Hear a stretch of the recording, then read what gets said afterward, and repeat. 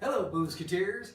Welcome to Tuesday evening Cocktails with Tiki King. Once again, here on, I don't know what week it is. It's been, because the whole thing is there was different episodes and we didn't have a couple and then there was some skipped and different things. But I can tell you, it's episode 66. And it's a very special episode. There's no berries involved. But it is a very special episode because of no other reason than we're all here together once again. Just like most weeks, not every week, of course, but most weeks. I trust you all had a great week since last week, since we were there, which wasn't here, but there, and then, we talked to you wherever you are. So we were there in your house, I guess, lurking behind the screen. I might have been, who knows? I might have actually been back there just talking. But, well, so what's going on? What are we doing? Well, tonight we're gonna do a couple things. We're gonna do a little time travel. We're gonna do a little virtual distance travel. We're gonna do all kinds of different things. It's gonna be fun. I think, well, it's gonna be fun for me because I'm gonna be drinking booze. So how could I? It's a win-win for me. That's all I can say about that. So what are we doing tonight? Well, why don't we get right down to it? You know what I'm gonna do? I'm gonna make the drink. I'm just gonna make it, and then we're gonna talk about why I'm making this particular drink. What am I gonna make? Well, I'm gonna make a White Russian. Because I was talking to the dude, and the dude says to abide, therefore we must. And there's a reason for that. There's a reason. And the reason is we like it.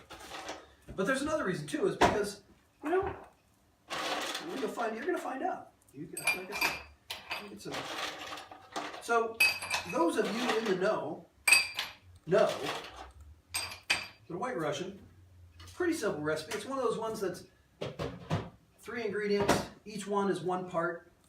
So we're going to start out with the vodka.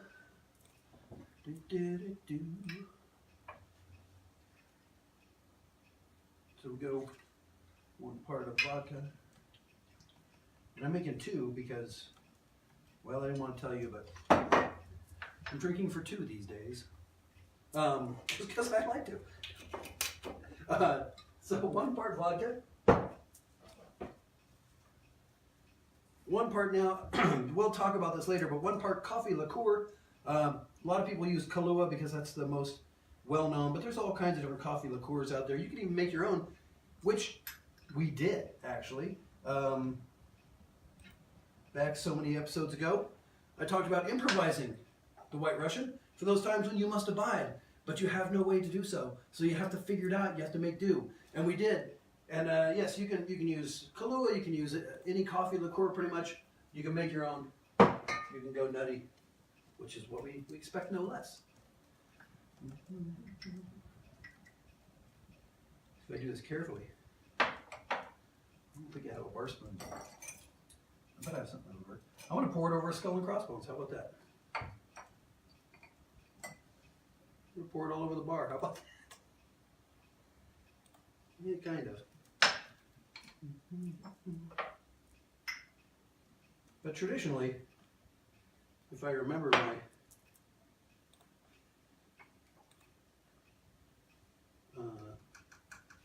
mythology correctly, you gotta stir it with your finger anyway. Glad I washed my hands. You're probably wondering, why am I making 2? Well, because you may or may not know, this is producer Maggie's favorite drink. So I made her whole, usually I just say, here, you can have a taste of mine, because I'm selfish that way and I want to drink it all myself. But since it's her favorite drink, I couldn't be making one without one for producer Maggie. Come down to get that. She's all gussied up. Here we go, the wicked wench herself. That's right. Arr. Cheers.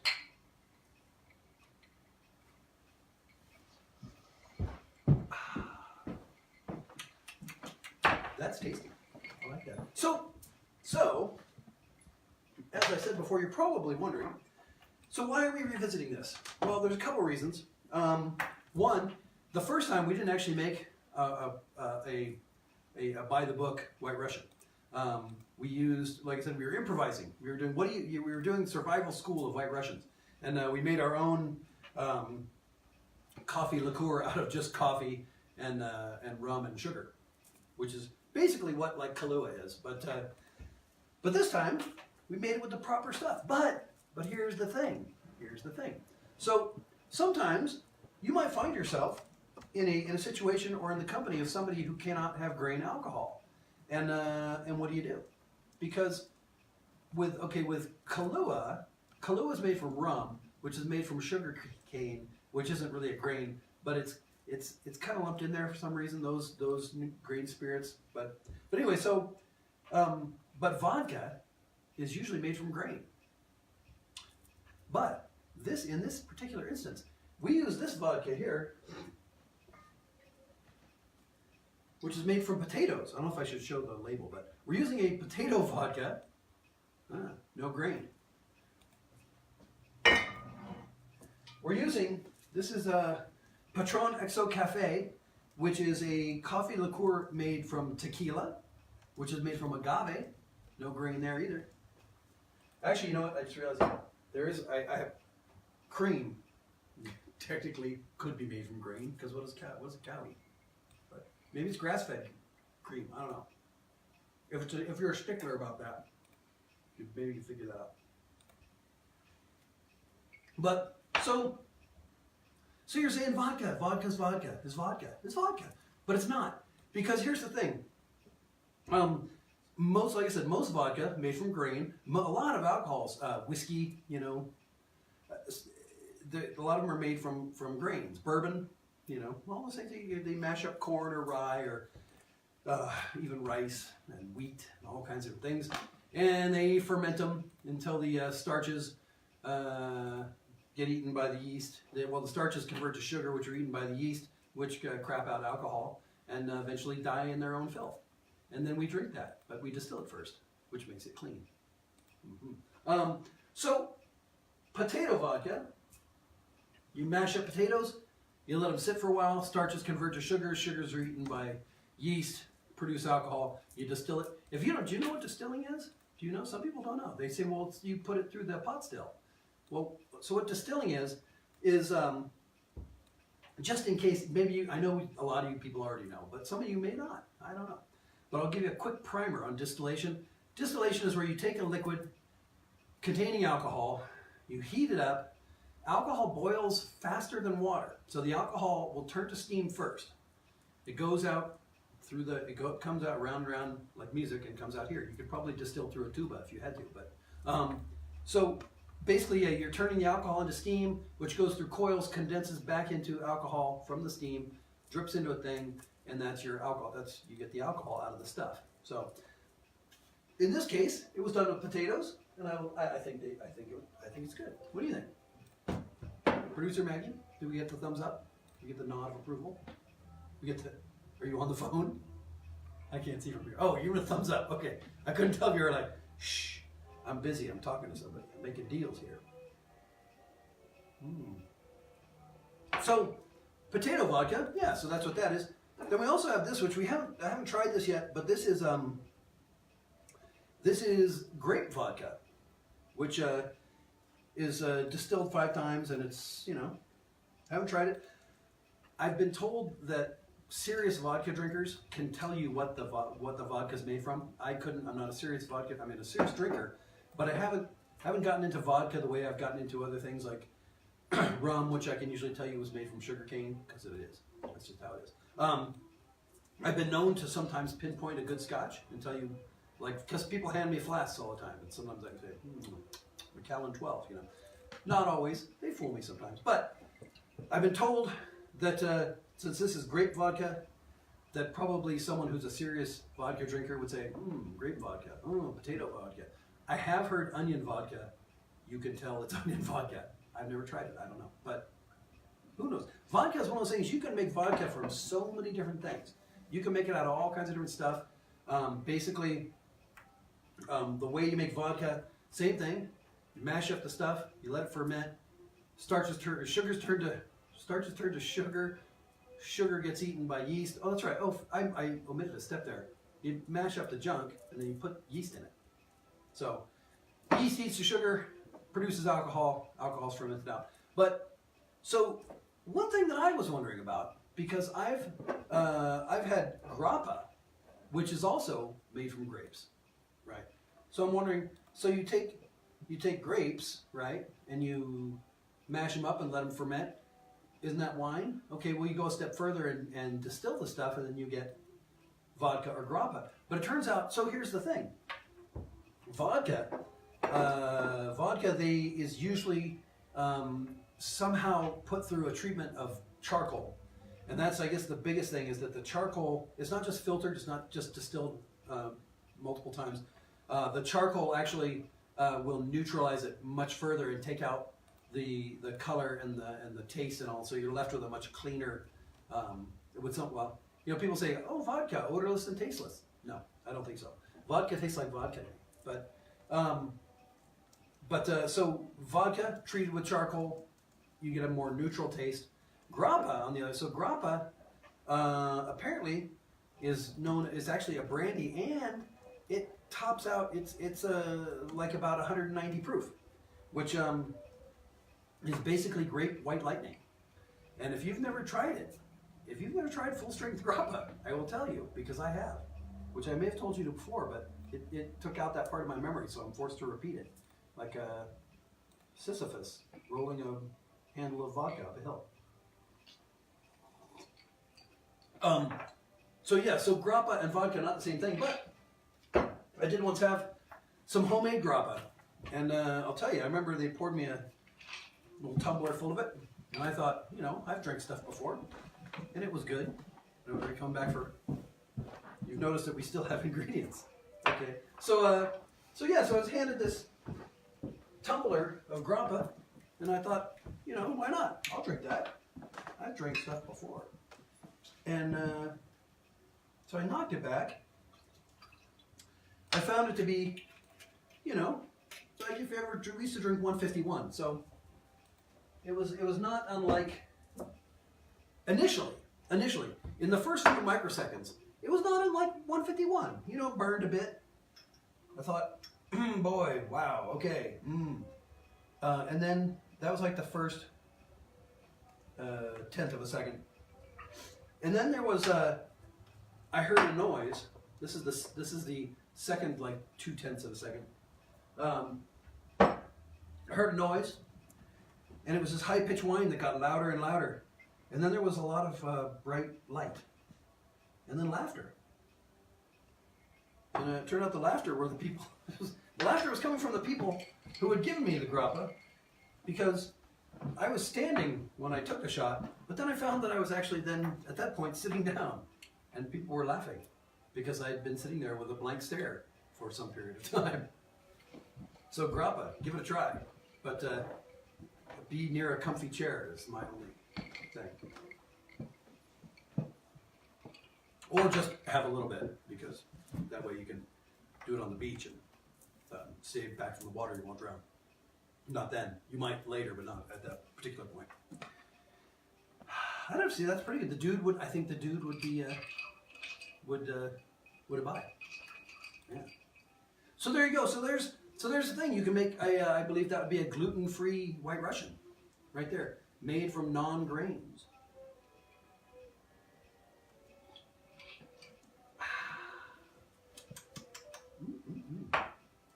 I might savor a little bit. So hey, we're back here at the Wicked Wench. I'm sure you've noticed. We were out and about, cruising about the place, doing different things at different spots and having a good time. We went to Trader Sam's. We did the 2 Engalada challenge, and I remembered. So I think my catchphrase is, I was pleased with the result, because I found that tends to be, because I was just going to say that. I had the 2 Engaladas at Trader Sam's, and I was pleased with the result, I would have to say. But we had a good time, and I'll tell you, Navy strength rum, we're still looking for it. It has become difficult to find, because there's so I talked about Navy strength rum before and gunpowder proof, but then there's overproof rums, which like Ray and Nephew or like 151 and those sort of things. But they're not the same as Navy strength. Those are even stronger, which is okay. I'm not against it. I'm just saying I'm looking for the Navy strength, because Navy strength is approximately 114 to 120 proof, which is fairly specific. 57, because to be Navy strength or gunpowder proof has to be 57%. So ABV, 57%. Apparently below that, it won't ignite the gunpowder. But we're looking for that one. I know 151 will probably do it, and anything higher. I was at the Total Wine and More liquor store, and they had 190 Everclear, which I was intrigued by. I know that'll just light on fire all over everything. Could be good. But we still want to do the proofing and see if we can light up some gunpowder with some Navy strength rum, because I think that would be fun. But I was going somewhere with that and I just totally forgot. Oh, that's right there. So Angelada. So at Trader Sam's, the Angelada Navy strength rum, it is indeed the most powerful drink on the menu. And I had two, and I was pleased with the result. We saw Boozeketeer CJ was out there with us, and we were having a good time drinking up the drinks there and playing with the pencils and looking at the menus and stuff. And yeah, so that was a good time. We had Trader Sam's then. We left. So then we left. We went to Sonora. Was it Sonora? Yeah, went to Sonora. Had a bunch of scotch up there, Wicked Tinkers. You know, did that whole thing. Had a good time with that. Drank some absinthe, which was nice. And gave some tattoos. And then found ourselves back in Anaheim for Tuesday, where we came to you live from the Hearthstone Lounge, I believe it was. Hearthstone Lounge in the Grand Californian Hotel out there by Disneyland, where I had a couple of very fine drinks. I had the cricket made by their recipe, like I said. You know, that our theme there was talking about how you can figure out drinks, but that, and then had the one that we were dubious about. We had the Tiki Thai, which people are still saying, I don't know, I wouldn't drink that, but I did, and I would. I'd drink it again. Because, and if you watch the show, you'll know why. Watch the show. It's on Facebook. It'll be up on YouTube shortly. It's not right now, but it will be. Trust me.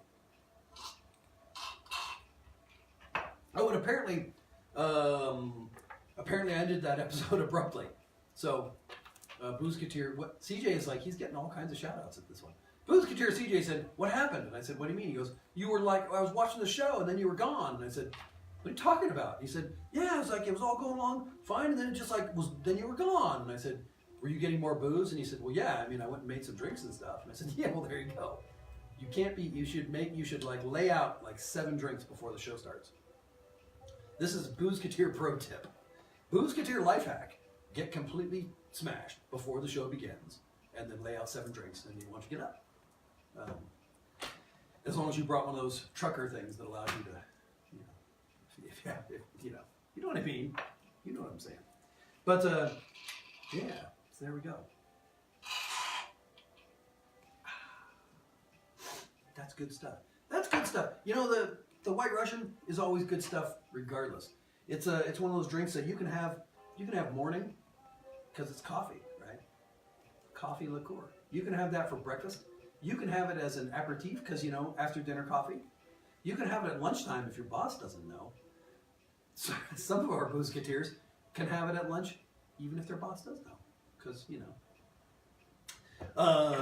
But you can drink it all. You can start drinking it in the morning and finish when you go to sleep, with one glass with it still in your hand, like balanced precariously on the edge of the bed with the cat trying to drink it.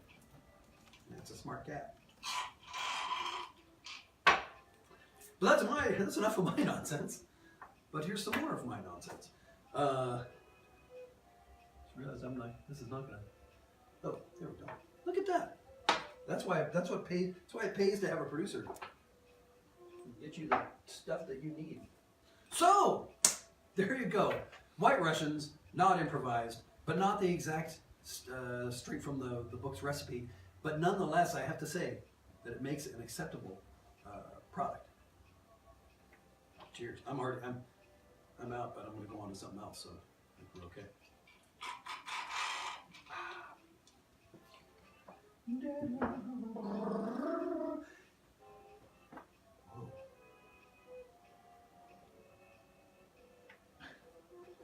I had 3 glasses when I came in here. Oh, I know. I hid them because I didn't want anyone to know. We'll need a fresh glass because this one is not, this drink, I'm hoping it's going to play well in my stomach, but it would not play well in the same glasses or mixing things. Because, well, you'll see.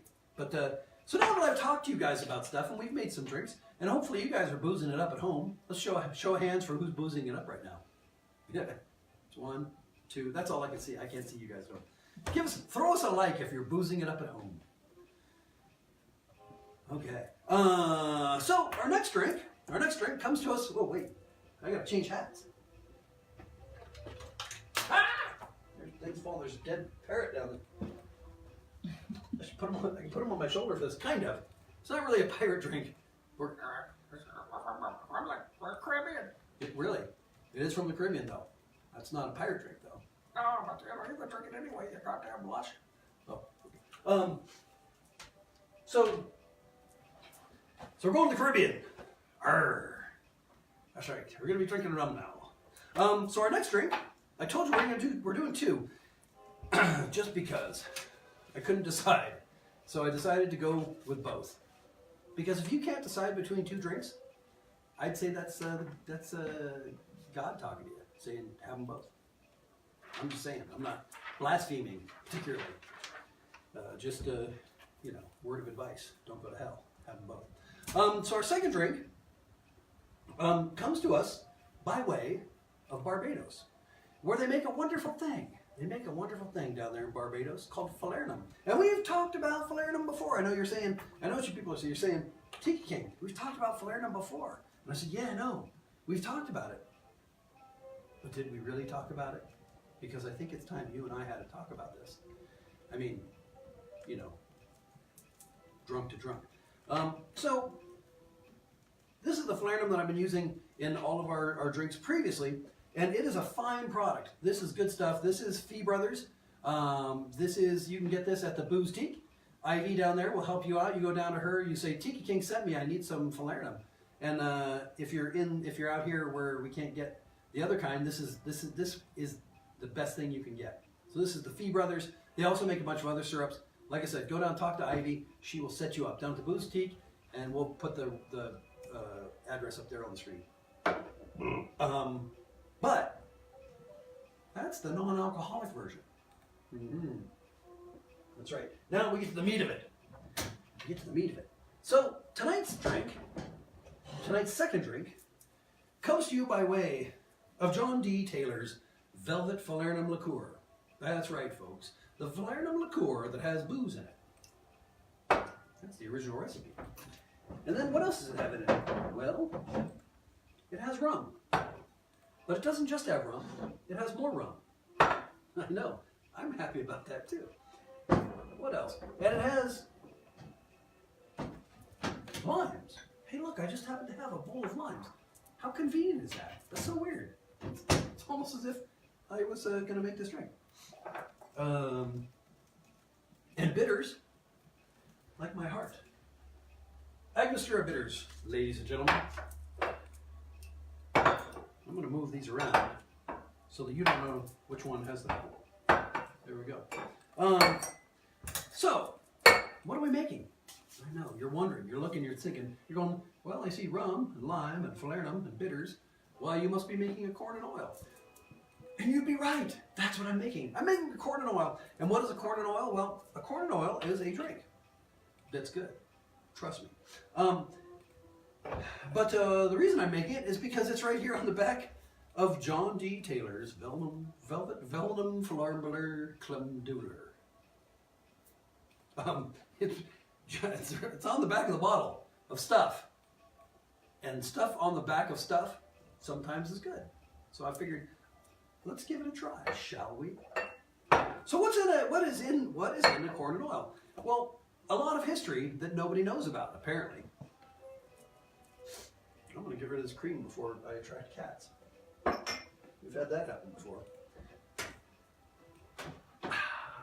So, now, classic corn and oil cocktail is just rum, dark rum, falernum, lime, bitters. But, so, other than coming from Barbados, which they're pretty sure no one knows, like I said, no one seems to know. It's you go and you try and research, and it's all just this big circular thing that keeps coming back to itself. No one really knows. But what we do know is that like 1890 or so, falernum comes out of Barbados. Now, the original recipe called for, I believe, 2 parts rum, 1 part falernum, squeeze a lime, stir it with your finger, just like the White Russian there, because hey, it's island lifestyle. You can get away with that. No one cares. We're gonna sleep in a hammock and swat mosquitoes. But so I was messing with it because I mess with things. That happens.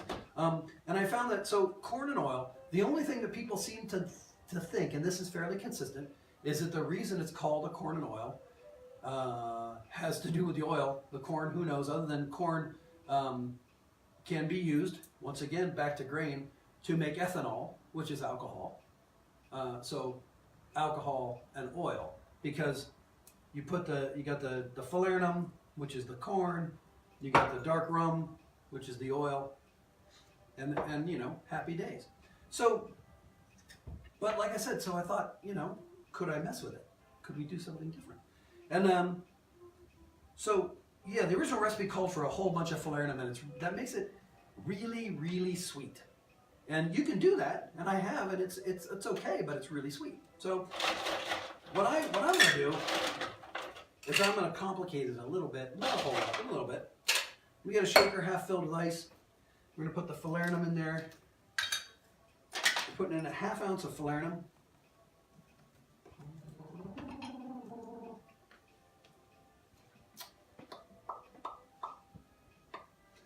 Half ounce of falernum. Now here's the thing. Squeeze a lime. We're using a lime wedge here. We're going to squeeze that in there. And we're going to keep it because, recycling. And then we're going to put in, the original recipe calls for all dark rum, but we're going to put in 1 ounce of light rum.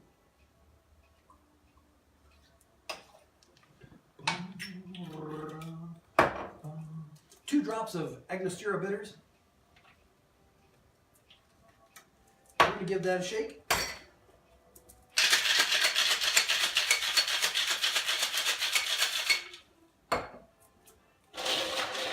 Then we're going to get a rocks glass, about half filled with ice.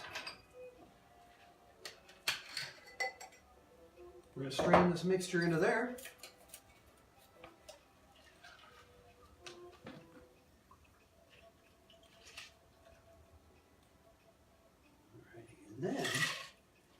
And then we're going to float about 1 ounce of dark rum on the top of that. Hopefully this will float. I don't know. My floating skills seem to be off a little bit today. And we're using, for our dark rum, we're using Jonah's Curse Black Spiced Rum, which is weighing in at 47 proof, which is 94%. No, 94 proof, which is 47%. Strike that, reverse it. Yeah, there you go. So we're going to float that up on the top of here. So we got our corn on the bottom. We got our oil on the top. Give that a stir. It says that you leave the float for the presentation and then you give it a stir. Because otherwise, you're just drinking the dark rum and then you get into the sweet stuff. But anyway, so you're saying, Tiki King, why did you vary? Why would you do that to us? Well, I varied from the recipe because, I don't know, I could have thrown the whole thing in and just shaken it up. But I didn't, because.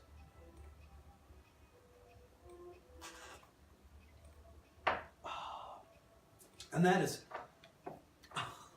a fine thing. I have to say, this is simple and really good. It has the taste of a really sophisticated, like tiki bar drink, but with only a couple of ingredients. Like I said, you can do it with just the dark rum and the falernum and the lime, and you'd be happy. But presentation-wise, like I said, you do the floating, the oil and the corn, and then you hand it to them, and then they stir it. That's that's why I'm doing it that way. But it's good.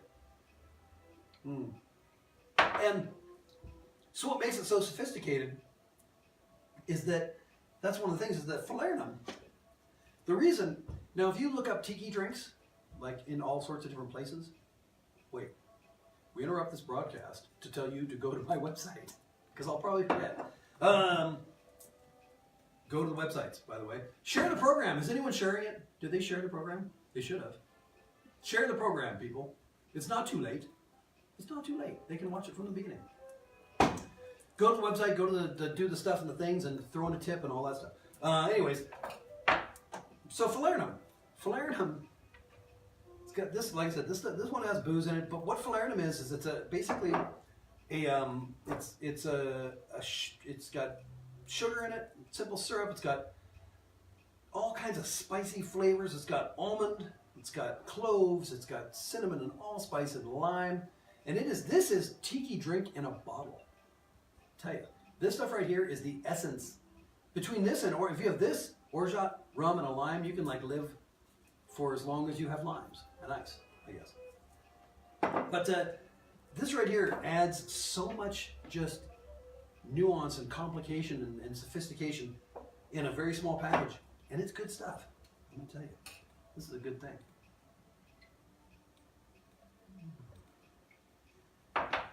But so go out and I'll tell you. So if you can find yourself out at a booze emporium, get yourself some Velvet Falernum. It's got rum. This is made with rum, by the way, and this is 11%, which makes it 22 proof.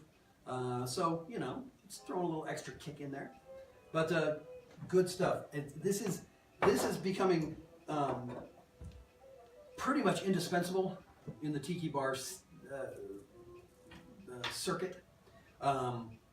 It has been gone for a long time. It's been substituted by putting a whole bunch of different things into different things. But now all these recipes are becoming, starting to come to light. A lot of old classic recipes, and a lot of them call for falernum, and it's nice that you can get it because this is the secret ingredient in a lot of tiki drinks. And like I said, this and orgeat are ones that's that flavor that you're like, what is that flavor? That's it. So you get this stuff, you'll be happy. Trust me, you will be. But so I know something. I know you're also wondering. Why did you shook some up and you didn't shake other parts and you put the thing and you had the stuff's in there and you could have just like dumped the whole thing in and we could have been boozing earlier. But I didn't. And you'll notice that this is. Oh, I should probably tell you. This is stuff the other tour guides probably won't tell you. But there's a reason why I took a shaker with ice in it, put the stuff in, shook it up, and then strained it with this lovely strainer available at Salt Lake City's own Boozeketeer. Go see Ivy, and she will not let you in because you'll say you know me. But there's a reason for all of this hoopla. And the reason is, here's the thing. You can just mix everything up and then dump it in a glass, and you know what's going to happen? You're going to be like, no, there's too much, not enough, what's going to happen? And you might end up spilling it. It's like going to be, it's not good. Trust me, it's not good. But what you can do is if you have a glass here, you have your shaker half filled with ice, you put your stuff in it, you shake it up. You got your glass half filled with ice, you strain it in. If there's too much, it doesn't go everywhere, and you don't get the ice cubes plopping in at an uncontrollable rate, splashing stuff all over, and then you got people licking the bar, and it becomes one of those weird things where someone else walks in and they don't know what's happening, and then they assume that at bars all over the world there are strange people licking the bar, things they'll never understand. But so if you mix it up in a strainer and pour it into your glass, you can always pour in just the right amount. And it won't make a mess everywhere. So that's why you do that. And also because sometimes sometimes you want cubed ice in your drink, and you want cracked ice in your shaker. And the two don't, I don't know, could be weird. Like if you mix them all up, could be a problem. It wouldn't be a problem with me, because you're my friend. But it could be a problem with someone else. I don't know.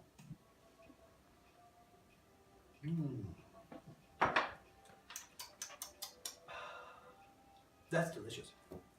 This is, I'll tell you, I was dubious when I saw this on the back of here. I was reading the thing that is, you know, falernum is Barbados in a bottle. Blah blah blah, other stuff. Enjoy it in corn and oil, as they do in Barbados. And I went, what the hell is that? Corn and oil? Why would you drink something like that? That sounds awful. I'll tell you, it's not. It's good. It's good stuff. This is yeah, this is good. Mm-hmm. As is the White Russian, the non-improvised, but slightly different ingredient. Oh, you saying you want another one? Mm-hmm. Oh, okay. Well, that's doable. Bring that glass down here. There's still time. We haven't gone anywhere.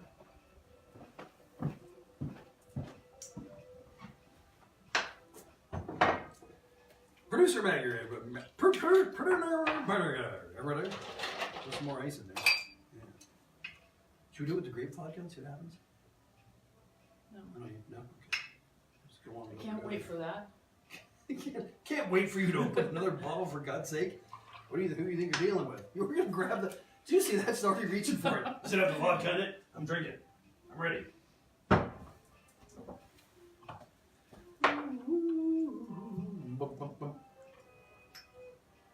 Hello, everyone. Hello, everyone. I'm Producer Maggie, and that's all you need to know. Go home. Not yet. Not you. You've got like 30 seconds of a show left to produce. So you better hurry up. There you go. So what's interesting, actually, is I think there is something interesting about things. Whoa. There's. I didn't know. Down here at the bar, you never know. Samurai sword just laying about the place.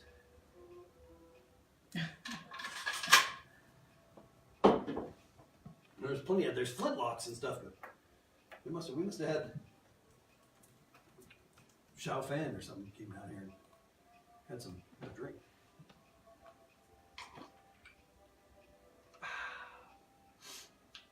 I should just like pound this and have another one. I'm down two for three. Yes, that's right. So, you know, as I always say, if you happen to have a place we should go to, you should tell us about it. If you happen to be a place we should go to, you should tell us about you. There's a place, so we're very excited. There's, spent a lot of time down at, down in the Anaheim area. And one of the things down there is there's Trader Sam's, which is lovely. I would never say that I don't want to go to Trader Sam's. However, there have been those rare nights where you go to Trader Sam's and you can't actually go to Trader Sam's because it's too jam-packed. Now, true, you know, you can always, something we talked about, you can go to Trader Sam's and get booze to go. And then there's a little fireside lounge that's nice. You can go over to the Adventure Tower and search for cats. You can, you know, it's not like once you get there that there's, you know, nothing that can be done. Did I put rum in there? I must have, because I put it over there.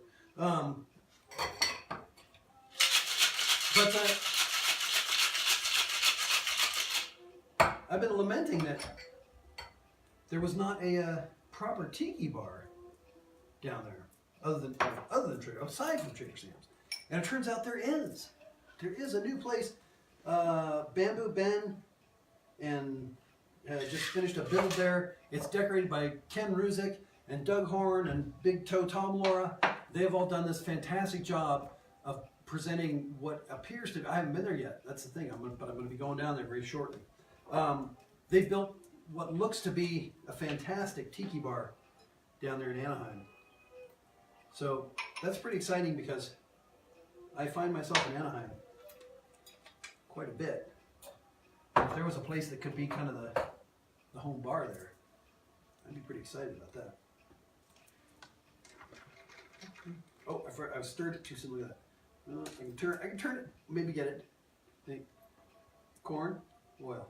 Corn, oil. Corn, oil. I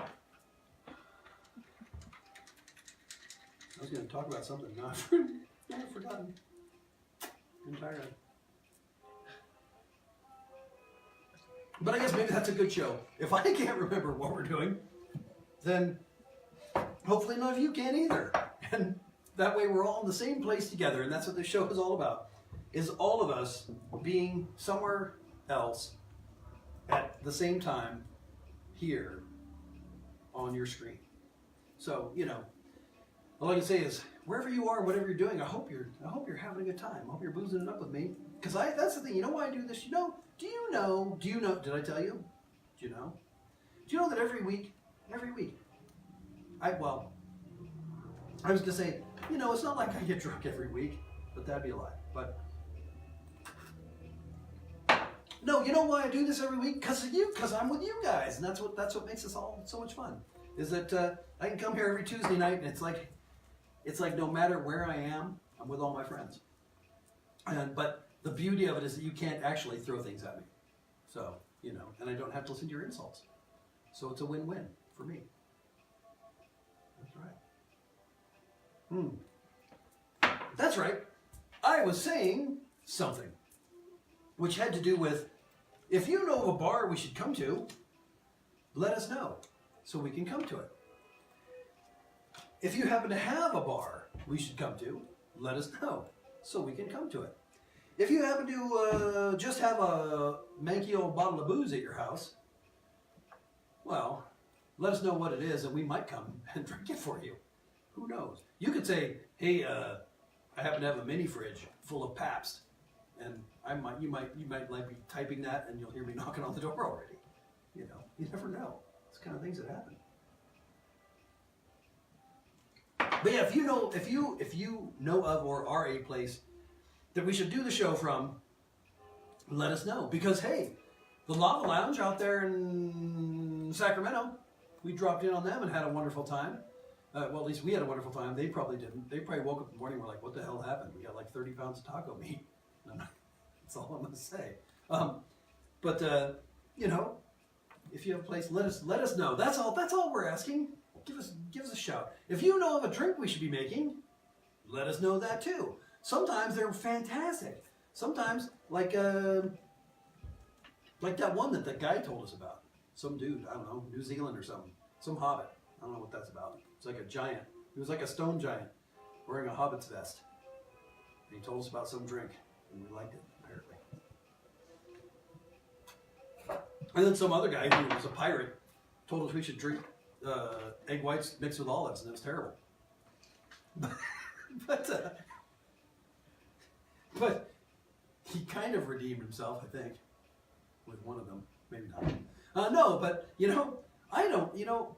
So here's the thing. Here's my only requirement: is if you send us drinks, please make sure there's something you would want to drink, because we don't want to be like that weird show where they make Irish people drink things that are nasty, because that's not what it's about. It's about discovering stuff that we would want to get together and drink, and to head wholeheartedly into our drunken stupor with the knowledge that when we get there, we're going to be we're going to enjoy it, which I suppose you can do with anything, even the Lord, from what they say.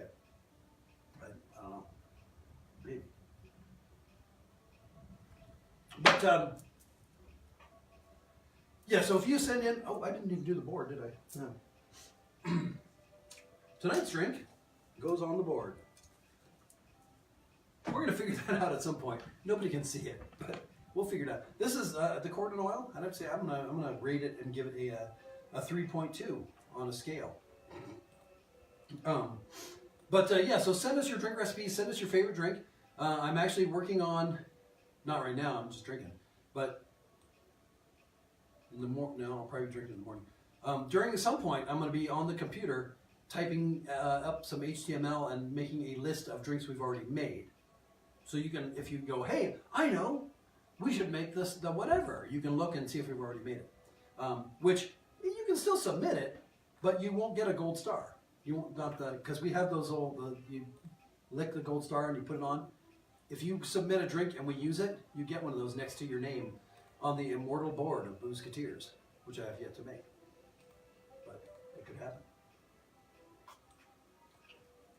No, but every week, see, we're actually far more prepared than I would make it seem like. But, you know, sometimes I'm like, what should I make? I've got all these drinks and I don't know which one I should make. And I've got this whole list of stuff and should I do this or that? But I would, you know, if you have an idea, send it to me. Let me know. If you, I don't know, if you're something, if you do things, if you do stuff, if you're a Boozeketeer and you do stuff, good on you. That's all I'm saying. I don't know. I've lost track of the whole thing at this point. I should digress and time travel at the same time and just be gone. There'd be like a weird sound, and then I'd just disappear. Which I should probably do that anyway. So there you go, Boozeketeers. Episode 66 on a scale of 1 to 10. This was episode 66. And all I can say is that in a week from now, you're going to still be wondering, like I'm going to resurrect it. Next week, here is my promise to you. Tune in next week, and I promise that something. What was it? I used to promise something. Oh, that's right. I used to say that every week I know you tune in, hoping that the show will be better than it was before. And my vow to you is that every week I will make sure you still hope that. So, there you go, Boozeketeers. Good night, good drinking, good luck, good God, man.